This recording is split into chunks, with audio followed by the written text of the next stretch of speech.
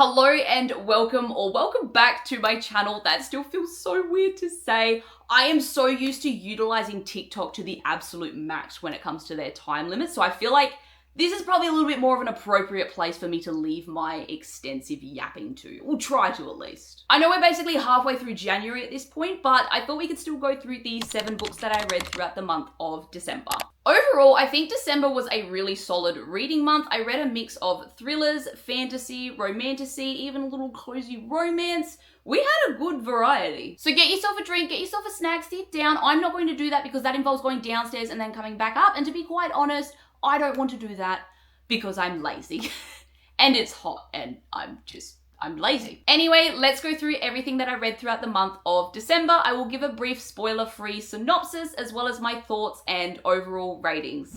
To start off the month, I read Don't Let Him In by Jewell. This story follows 3 women whose lives begin to slowly overlap through the same man. Someone who presents himself as charming, generous, and incredibly trustworthy. Of these 3 main women, we have Nina, who is currently grieving the loss of her husband. We have her own daughter, Ash, who begins to feel uneasy towards this man that I mentioned before, and she starts to quietly investigate him. And then we also have Martha, who begins to suspect her own husband might not be telling her the whole truth. As the story progresses, these perspectives begin to intersect and reveal just how dangerous misplaced trust can be. I've read a few Jewell books at this time and absolutely will continue to do so. I do really enjoy her writing style, but I will admit I do find some of her books to be a little bit hit or miss. This one here I ended up giving 3 stars, so Don't Let Him In was very much just an okay read for me. I definitely didn't dislike it by any means, but I also didn't particularly feel surprised or thrilled by it. It didn't feel especially twisty, and I will admit I did find the multiple POVs and timelines to be a little bit confusing at times. Like, there definitely were a few points where I had to pause and just quickly remind myself, okay, who is this person again? Which timeline am I in? Because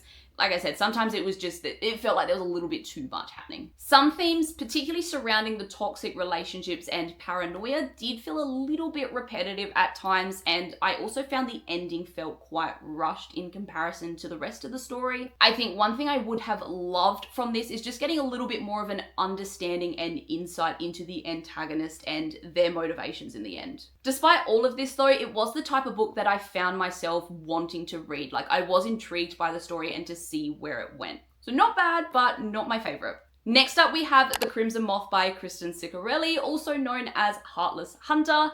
This was easily probably my highlight of December, to be honest. I cannot believe how long I have left this book. This book is set in a world after a violent revolution where witches have been stripped of their power and are now hunted. Our main character, Rune, survives by living a double life. She plays the role of a socialite by day while secretly operating as the Crimson Moth by night, a masked vigilante rescuing witches from execution. When one rescue goes wrong, Rune deliberately draws the attention of Gideon, a notorious witch hunter, starting a very dangerous game of cat and mouse, which quickly becomes more complicated than either of them expected. I had such a fun time with this one. The pacing was fast, the tension was constant, and I was always eager to see what happened next. I loved the cat and mouse dynamic and also how character driven this story was. I really enjoyed pretty much all of the main characters. With Rune, given her reputation, I think I expected her to be a little bit more ruthless, a little bit more badass, but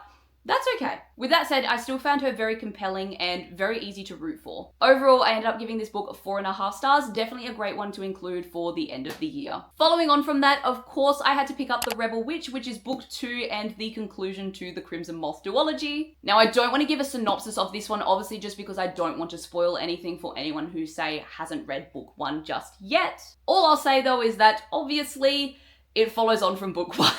As a whole, I absolutely adored this duology, and I think it worked really, really well as a 2-book series. It definitely didn't need anything else, in my opinion. I think anything longer would have potentially risked dragging the story out just a little bit too much. Whilst I did find some of the plot and a couple of the twists to be rather predictable, the emotional tension, chemistry, and internal conflict more than made up for it. Although I did personally prefer book 1, I still found this to be a very strong and satisfying conclusion to the story. In the end, I gave The Rebel Witch 4 stars. Next is With a Vengeance by Riley Sager, which is his latest release. This story follows a woman who lures the people responsible for destroying her family onto a luxury overnight train with the intent of confronting them and delivering justice.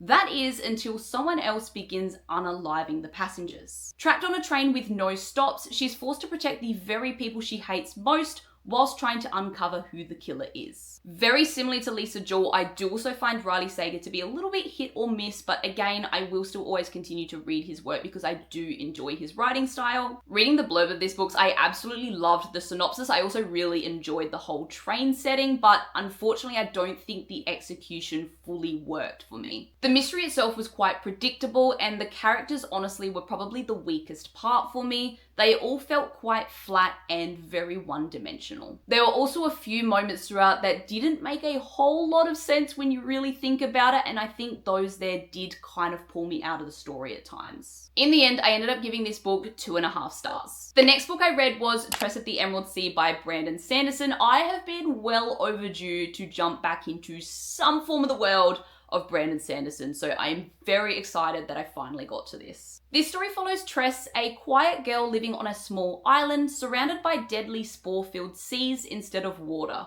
When someone she loves is taken away on a voyage that ends in disaster, she leaves her simple life behind and sets out across the dangerous seas filled with pirates, strange rules, and a really unique magic system. I adored Tress as a main character and really enjoyed the whimsical tone and narration style that Brandon just knows how to do best. The spore magic I found to be incredibly creative and possibly one of my favourite aspects of the story. I will admit I did find the middle portion of the book to drag out a little bit, which did slow the story down, but ultimately I think the ending really came together quite well. And overall, I think the ending just brought everything back together and made the whole story quite enjoyable. In the end, I ended up giving this book 3.75 stars. Next up was Not Quite Dead Yet by Holly Jackson. This was such a compelling thriller. After a fatal attack on Halloween night, Jet is informed that she only has 7 days before a fatal aneurysm will unfortunately kill her. With limited time and her condition worsening, she decides to spend her remaining days trying to solve her own attempted murder. Through this, she is re-examining her relationships, her past, and even the people closest to her. This had such a strong, unique premise, great suspense, and surprisingly emotional moments. I loved the characters and how urgent everything felt throughout the story. I mean, obviously, she only had 7 days left. I will say I do wish the ending was given a little bit more space to breathe, and I would have loved to have seen some relationships and aspects explored a little bit more. But overall, I think this was a really, really solid read. I've read a few books by Holly Jackson now, and I think I've had a really, really fun time with every single one so far, so I definitely do want to continue her backlog. Overall, I ended up giving this book 4 stars. Last up, we have Good Spirits by B.K. Borison, which was actually my very first B.K. Borison book. This is a cozy rom-com featuring the ghost of Christmas past and a people-pleasing heroine who is struggling to move forward with her life. Together, as they revisit moments from her past, the two form an unexpected connection blending romance, magic, and personal growth. This was a very sweet, cozy read that felt perfect for the month of December.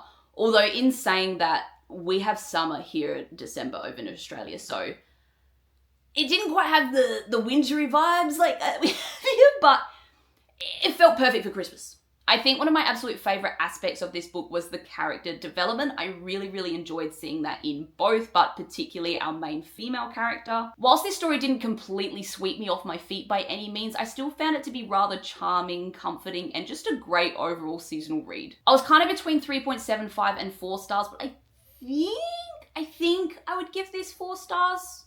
Somewhere around there. I had a really good time. And there we have the books that I read throughout the month of December. Overall, I think it was a really, really solid reading month and definitely a great way to wrap up 2025. Definitely let me know in the comments if you've read any of these books or if there's any that you're interested in picking up and trying. Thank you all so much for watching. I will see you all in my next video.